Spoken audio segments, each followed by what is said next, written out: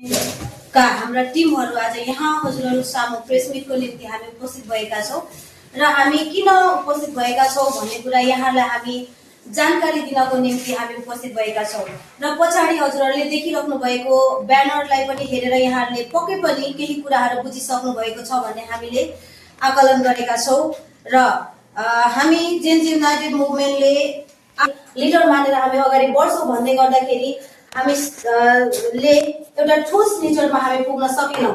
त्यसो हुँदाखेरि हामीले एउटा कुनै न कुनै एउटा वे अपनाउनु पर्ने भएको कारणले गर्दाखेरि हामीले एउटा विकल्प देख्यौँ जो राष्ट्रिय परिवर्तन पार्टी र राष्ट्रिय परिवर्तन पार्टीलाई हामी जेएनजी युनाइटेड मुभमेन्टले पूर्ण रूपमा समर्थन गरिसकेका छौँ।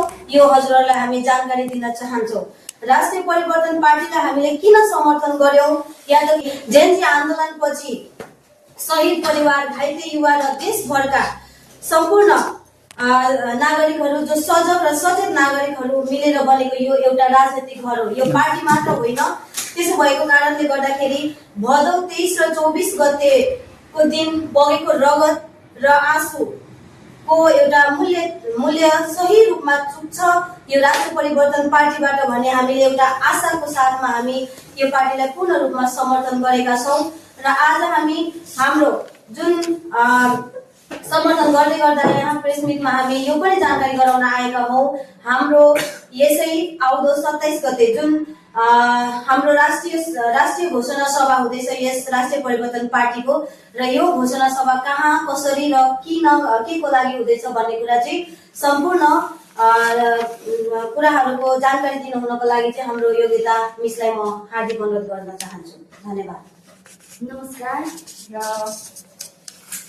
यही आउन लागेको मङ्सिर 27 गते झापामा हार्दिक निमन्त्रणाको लागि यहाँ रहेको छन्।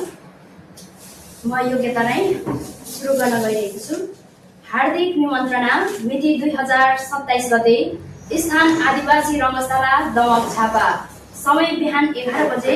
जेएनजी आन्दोलनमा एक खुट्टा गुमाउनु परेका राजेश पौडेलको अध्यक्षतामा आन्दोलनकै प्रतीक बनेको जुत्ताका मालिक तथा गम्भीर घाइते प्रकाश बोहरा, कर्णालीका दुवै आँखा गुमाउनु परेका सन्तोष बोहरा, 27 वटा छर्रा मध्ये 17 वटा अझै शरीरमै बोकेर बाँच्न बाध्य भूपेन्द्र खड्का, 4 वटा गोलीको घाउ शरीरमै बोक्दै ऋणको कारण विदेशिन बाध्य प्रवेश राई, मेरो बाबु कहिले आउँछ भनेर पटक पटक सोधिरहेकी शहीद दिनेश राजवंशीकी सानी छोरी। यी सबैको आँसु, पीडा र बलिदानबाट जन्मिएको राजनीतिक परिवार नै राष्ट्रिय परिवर्तन पार्टी हो। सरकारको निर्णयले देशलाई जबरजस्ती चुनावतर्फ होमाएपछि टाढीबाट हेरेर बस्दा जेएनजी आन्दोलनका मुद्दाहरू फेरि मुस्लिममा पर्ने गम्भीर खतरा देखियो। त्यसैले हामीले आफ्नै घाउले चुनावमै उभिएर सत्य र न्यायको आवाज देशैभरि पुर्याउने संकल्प सहित पार्टी दर्ता गरी यो नयाँ यात्रा सुरु गरेका छौँ। हाल देशभरबाट हाम्रो तथ्याङ्क अनुसार 34,589 जना जेएनजी युवाहरू राष्ट्रिय परिवर्तन पार्टीसँग औपचारिक रूपमा जोडिसकेका छन्। दमकको उद्घाटन कार्यक्रममा करिब 15-20 हजार आमा बुवा, युवाहरू, शहीद परिवार र घाइते साथीहरूको उपस्थितिको अनुमान गरिएको छ। यी सबैको बीचमा हजुरको उपस्थितिले मात्र कार्यक्रम पुरा हुँदैन। पीडित परिवारलाई तपाईहरू एक्ला हुनुहुन्न, हामी तपाईहरूकै छोराछोरी र साथी भएर सँगै उभिएका छौँ भनेर हृदयले बोलेको सन्देश पुग्नेछ। त्यसैले समस्त देशवासी, आमा बुबा, दाजुभाइ, दिदीबहिनी र युवा साथीहरूलाई यस ऐतिहासिक घोषणा जेएनजी आन्दोलनका मुद्दा पुरा हुनै पर्छ भन्ने आवाजलाई अझ शक्तिशाली बनाइदिन हुन हार्दिक अनुरोध गर्दछौँ। हजुरको एक दिन, एक घण्टा केवल हाम्रो लागि मात्र होइन, शहीदका बालबच्चा र घाइते छोराछोरीको भविष्यका लागि अमूल्य आशा बनेर बस्नेछ। उक्त कार्यक्रममा जेएनजी आन्दोलनका पीडा र सत्य कथाहरू समेटिएको विशेष एलईडी भिडियो प्रदर्शन, गम्भीर घाइते र शहीद परिवारको भावनात्मक सन्देश, जेएनजीहरू युवाहरूबाट नयाँ राजनीति, राष्ट्रिय परिवर्तन प्रत्यक्ष प्रणाली, न्याय शून्य भ्रष्टाचार र देशको भविष्यको स्पष्ट र साहस धारा सहितको प्रेरणादायी भाषण, शहीदहरूलाई समर्पित परिवर्तनमुखी गीत तथा सांस्कृतिक प्रस्तुति, सबै सहभागी मिलेर शहीदको सम्झनामा सामूहिक मैनबत्ती प्रज्वलन गर्दै शहीद र घाइतेको बलिदान व्यर्थ जाँदैन भन्ने सामूहिक प्रतिज्ञा। अन्त्यमा देशभरका अत्यधिक घाइते साथीहरू स्वयं उपस्थित रहने, शहीद परिवारका सदस्यहरू विशेष अतिथिका रूपमा सहभागी हुने यस ऐतिहासिक घोषणा सभा हजुरको माया, आशीर्वाद र भौतिक उपस्थितिको लागि पुनः एकपटक हार्दिक निमन्त्रणा गर्दछौँ। राष्ट्रिय परिवर्तन पार्टी नेपाल। धन्यवाद। हुन्छ, धेरै धेरै धन्यवाद छ हाम्रो योगिता मिसलाई। उहाँले पूर्ण स्पष्ट रूपमा यहाँहरूलाई जानकारी साथै निमन्त्रणा यस पत्र मार्फत गरिसक्नु भएको छ र हामी पनि आशा गर्दछौँ यहाँहरू सम्पूर्णको उपस्थिति रहनेछ र पत्र मार्फत पनि हजुरहरूले बुझिसक्नु भएको छ यो केवल एउटा कुनै ठुलो महत्त्वाकांक्षा बोकेर जन्मिएको पार्टी होइन, यो साँच्चै नै पीडा रगत र पीडा आँसुबाट जन्मिएको पार्टी हो। आज जो यो पार्टीको अध्यक्ष हुनुहुन्छ राजेश पोर्तेल, उहाँको एउटा खुट्टा गुमेको छ र सँगै उहाँको 7 वर्षको छोरी छ। उहाँले आजसम्म पनि कुनै पनि किसिमको घाइते कार्डहरू सरकारबाट कुनै पनि किसिमको सहयोगहरू प्राप्त गरिराख्नु भएको छैन। यस्तो अवस्थामा यो एउटा निकै नै दुःखदायक, एउटा पीडादायक यो समस्या हामी मान्दछौँ। त्यसो भएको कारणले गर्दाखेरि हामी यो कार्यक्रममा किन पनि उपस्थित हुनुपर्छ भन्ने कुरा सम्पूर्ण यस पत्र मार्फत जानकार भइसकेको छ र पनि यहाँलाई फेरि पनि हामी जानकार गराउँदछौँ कि यो चाहिँ साँच्चै नै हाम्रो देशमा जुन पनि किसिमको यो घटनाहरू भइरहेको छ, जुन किसिमको शहीदहरू यसरी रगत र आफ्नो ज्यानको बलिदान आहुति दिनु परिरहेको छ, अब फेरि पनि दिन नपरोस् भन्ने एउटा मूल आह्वानको साथमा हामीले यो राष्ट्रिय परिवर्तन पार्टीको राष्ट्रिय घोषणा सभा कार्यक्रम हुँदैछ। यहाँहरू सबैजनाको उपस्थिति रहोस् भन्ने हामी हजुरहरूलाई विनम्र आग्रह गर्दछौँ। धन्यवाद। अब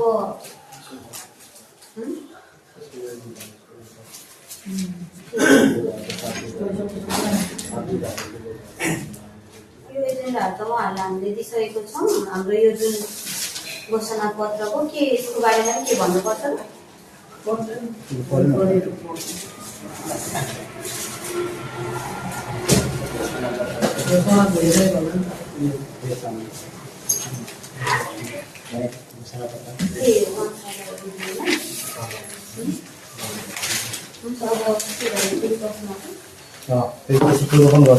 केही हजुरहरूलाई जिज्ञासाका कुराहरू होइन बुझ्न चाहेका केही प्रश्नहरू छन् भने यहाँहरूले हामी समक्ष प्रश्नहरू राख्न सक्नुहुनेछ र हामीले जाने बुझे अनुसार हामी हजुरहरूलाई उत्तर दिने हामी प्रयास गर्नेछौँ। धन्यवाद। घोषणा सभा चाहिँ भइसक्यो? हुँदै चाहिँ हो। राष्ट्रिय घोषणा सभा हामीले सामान्य रूपमा चाहिँ घोषणा गरि नै राख्नु भएको छ हाम्रा साथीहरूले, तर यो राष्ट्रिय स्तरको घोषणा सभा चाहिँ अब यो आउने 27 गते पाडाजुङीदेखि अलिक पर आदिवासी रङ्गशालामा हुँदैछ। हजुर, झापाको। एउटा प्रश्न मैले गरेँ, त्यो जो रमेश पौडेलजी हुनुहुन्छ नि, उहाँ कुन जिल्लाको? इलाम जिल्लाको हुनुहुन्छ। हजुर, इलाम जिल्ला। केन्द्रीय अध्यक्ष नै उहाँ होइन?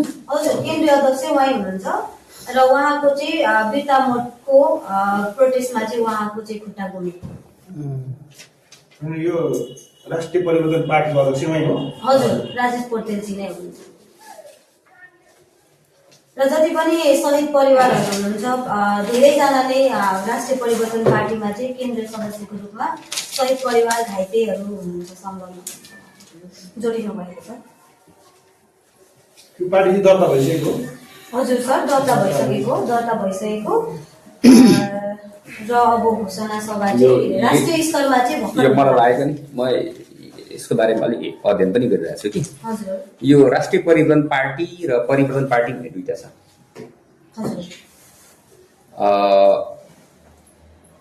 उनीहरूको असोज 81 गते होला यो राष्ट्रिय परिवर्तन पार्टी दर्ता भएको, 81 मङ्सिर।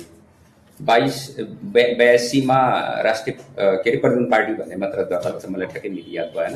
हजुर तर दुईटैको कार्यालय चाहिँ एउटै ठाउँमा छ कि यस्तो कसरी हुन्छ होला, के छ, के आइडिया छ हजुरलाई? हामीलाई यो विषयमा थाहा भएन सर। तपाईँले के अरे निर्वाचन आयोगमा हेर्नुभयो भने दुईटैको कार्यालय एउटै ठाउँमा छ, एउटै वडामा छ, काठमाडौँ 3मा छ होइन। हजुर अब यस्तो किन भयो होला भनेर त्यस्तो के भयो थाहा भएन यो तपाईँलाई? विषयमा चाहिँ हामीलाई थाहा छैन होइन। यो परिवर्तन पार्टी छ भन्ने विषयमा पनि हामीलाई चाहिँ पूर्ण रूपमा थाहा छैन। यो परिवर्तन पार्टीको चाहिँ सुनाप सिन्हा पुतली छ, तपाईँहरूको बाँसुरी रहेछ, मैले सबै हेरिरहेको छु कि अहिले को उड्दै रहेछ, कहाँ कहाँबाट उड्दै रहेछ भनेर। तपाईँले पोर्टेल भन्नुभयो, त्यहाँ चाहिँ पर्तेल भनेर नाम दर्ता छ होइन, राजेश पर्तेल भनेर चाहिँ नाम दर्ता छ। त्यो उसमा चाहिँ के अरे निर्वाचन आयोगले जुन वेबसाइट राखेको छ त्यहाँ चाहिँ पर्तेल भनेर चाहिँ नि टाइपिङ मिस्टेक पनि टाइपिङ छ। अब क्या सायदमा अब नागरिकतामा अब पहिलाको त्यही त हो ब्युरोक्रेसीको प्रब्लम, हामी सबैलाई थाहै छ। स्पेलिङ मिस्टेकहरू पनि प्राय भइरहेको छ, सायद त्यो स्पेलिङ मिस्टेक हुनसक्छ। यो पार्टी चाहिँ अन्तत एउटै हुने हो, राष्ट्रिय परिवर्तन हो। मैले त्यतातिर सङ्केत गर्न खोजेको परिवर्तन पार्टी एउटै हुने हो अन्तिममा। त्यो हामीलाई थाहा छैन। हामी थाहै छैन। यो परिवर्तन पार्टीको विषयमा हामीलाई थाहा छैन र यो जहाँसम्म लाग्दा हाम्रो अध्यक्षज्यूलाई नै थाहा छैन यो विषयमा। जुन यो राष्ट्रिय परिवर्तन पार्टी भनेको मैले अघि पनि भने जुन जेनजी आन्दोलन पछि होइन, हामी उहाँहरूले एउटा सरकार समक्ष उहाँहरूले ढोका ढकढकाउँदा पनि उहाँहरूले जुन खालको सेवा सुविधा पाउनु पर्ने हो नपाइसकेपछि अरूको आश गरेर हुँदैन रहेछ, हामी आफै नै अब अगाडि बढ्नुपर्ने रहेछ भन्ने हिसाबमा यो जन्मिएको पार्टी हो। मैले अघि पनि भनिसकेँ होइन। यो एउटा शहीद परिवारको हुन्छ नि, शहीदहरूको रगतबाट घाइतेहरूको पीडाबाट जन्मिएको पार्टी हो क्या। यो चाहिँ भदौको 23 र 24 गते पछाडि पनि हेर्नुहोस् है, यो पार्टी खोल्ने दल खोल्ने राजेश पर्तेलजीलाई नि सोध्नु होला होइन। उहाँ पर्तेल पनि भन्दो रहेछ, उहाँलाई पनि सोध्नु होला। उहाँको पनि कुनै एउटा ठुलो महत्त्वाकांक्षा एउटा नेता बनेर होइन सरकार सम्हाल्ने उहाँको कुनै पनि इच्छा र आकांक्षा होइन। र उहाँले फेरि पनि भन्नुभएको छ कि उहाँहरूको जुन चाहिँ घाइतेहरू छ, जुन चाहिँ शहीदहरूको छ, उहाँहरूको चाहिँ पीडा, उहाँहरूको चाहिँ जुन किसिमको रगत र पसिनाको मूल्य राख्ने खालको मान्छे कोही आउनुभयो भने स्वतः उहाँले म राजीनामा दिएर पनि उहाँलाई सुम्पन तयार छु भनेर भनिराख्नु भएको छ। त्यसो हुँदाखेरि यहाँबाट पनि हामी बुझ्न सक्छौँ कि यो पार्टीको अवधारणा, यो पार्टीको उद्देश्य चाहिँ के छ त भन्ने कुरा। र परिवर्तन पार्टीको विषयमा चाहिँ हामीलाई थाहा भएन। तपाईँहरूले यो मङ्सिर 4 यहाँ प्रेस मिट गर्नुभएको थियो होइन, 6 गते तपाईँहरूको र्याली थियो। त्यो 6 गतेपछि हाम्रो नगर प्रमुखले एउटा ल्याङ्ग्वेज प्रयोग गर्नुभएको छ, कोहीबाट परिचालित भनेर। त्यस्तो के होला, त्यस्तो हो भन्नको लागि त जे पनि भन्छ नि सर होइन। अब जस्तो अहिले हेर्नुहोस्, अहिलेको स्थितिमा हेर्ने भने कुलमान घिसिङज्यूलाई पनि परिचालित भनिरहेको छ होइन। अब हरेक जो पनि एउटा केही नयाँ गर्न चाहने मान्छेहरूलाई नि अब परिचालित भनिदिनुहुन्छ भने भन्नु केही छैन। तर हामीले त्यति बेला पनि भनेका थियौँ, हामी कसैबाट परिचालित पनि होइन र कसैले जाऊ है भनेर हामी अगाडि बढेको युवाहरू पनि होइनौँ। हामीलाई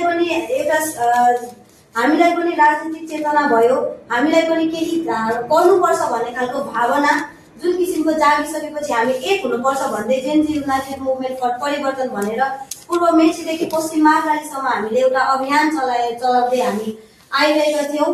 र त्यति नै बेलाखेरि हाम्रो जुन चाहिँ धरानमा हाम्रो राजेश पर्तेल उहाँ पनि आउने हुनु भइसकेपछि उहाँसँग हाम्रो अगाडिबाट नै हाम्रो संवादहरू भइरहेको थियो, हाम्रो वार्ताहरू भइरहेको थियो।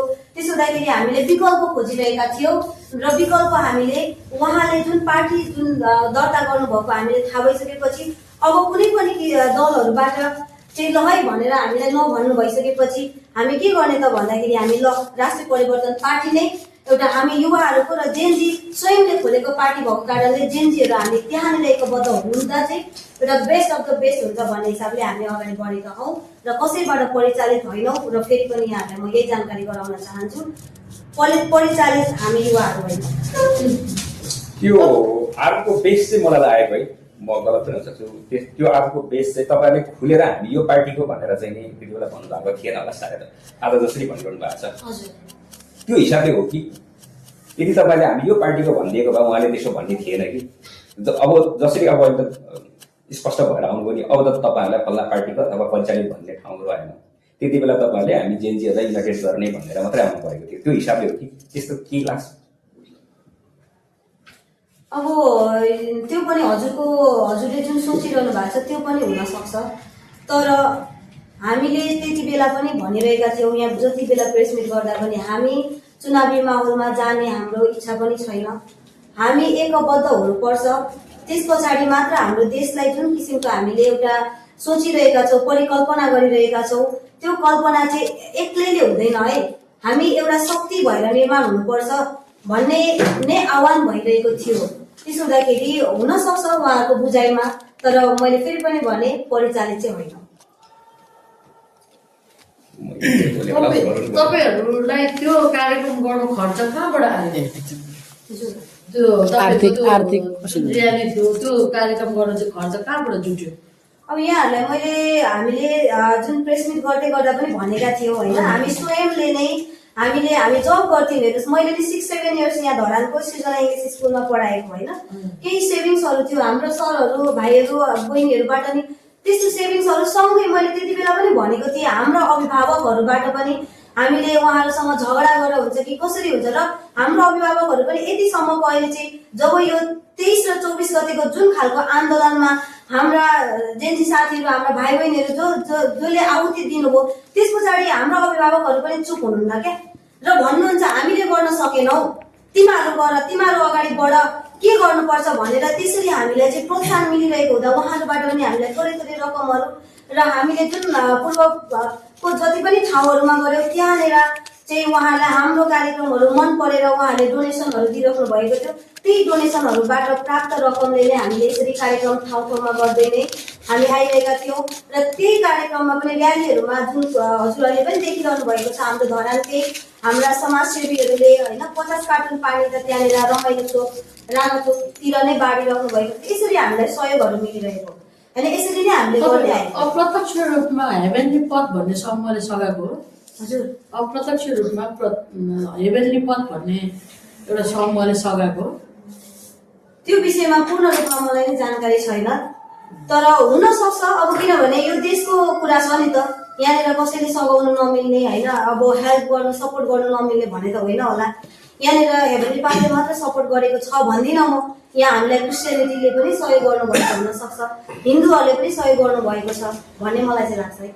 जस्तो अब मैले एउटा प्रश्न उठाएँ, अब यो जेन्जी आन्दोलनमा धरानको कुरा गर्नु चाहे, धरानको पनि अलिकति होइन त्यो चाहिँ प्रोटेस्टमा अलिकति अग्रसर देखिएको युवा चाहिँ जेन्जीहरू जुन चाहिँ नाम नवीन राई भन्ने होइन, हाम्रो चाहिँ उपार्जन चामेजीहरू भन्ने भाइहरू त्यो बेला चाहिँ हामीले देखेका थियौँ त्यो प्रोटेस्टमा होइन, उहाँहरू अलिकति चाहिँ आफ्नो आक्रोश पोखिरहेको अवस्था थियो। तर यो तपाईँहरू अहिले उहाँहरूसँग अलिकति निकट पनि हुनुहुन्न जस्तो देख्छु होइन, के कसरी चाहिँ मुभमेन्ट कसरी चाहिँ अगाडि बढिरहेछ क्या तपाईँको यो यसरी पनि अलिक सङ्गठित भएर जानुपर्ने बेला चाहिँ यसरी चाहिँ होइन छुट्टिएर जाँदै गर्दाखेरि शक्ति कमजोर जेएनजीमा पनि किसिमको चाहिँ तपाईँको होइन एउटा युनिटी हुनुपर्छ सबै जेएनजीहरू भन्ने खालको एउटा माहौल चाहिँ किन क्रिएट भएन क्या? अब यस्तो हो सर, अब प्रोटेस्टमा हामी पनि गएको थियौँ नगएको, तर अगाडि नै बढ्नुपर्छ भन्ने चाहिँ अब बोली नै राख्नुपर्छ भन्ने पनि मलाई चाहिँ लागेको थियो। म पनि त्यो प्रोटेस्टमा होइन, अब उहाँहरू पनि कतै हुनुहुन्थ्यो, म एक्लै नै गएको होइन, त्यसरी गएको हामी पनि। अब उहाँहरूसँग वार्ताहरू चाहिँ अब किन नभएको त्यो हामीलाई थाहा छैन। हामीले अब के अरे युनाइटेड हुनुपर्छ भनेर आह्वान गर्दाखेरि उहाँहरू पनि आउनु भएन, सायद उहाँहरू पनि एउटा जेन्जी नै हुनुहुन्थ्यो नि, आउनु सक्नुहुन्थ्यो। अब उहाँहरू नआएपछि हामीले के गर्ने, हामीले अब उहाँहरूसँग कन्ट्याक्ट गर्नु खोजेकै हो।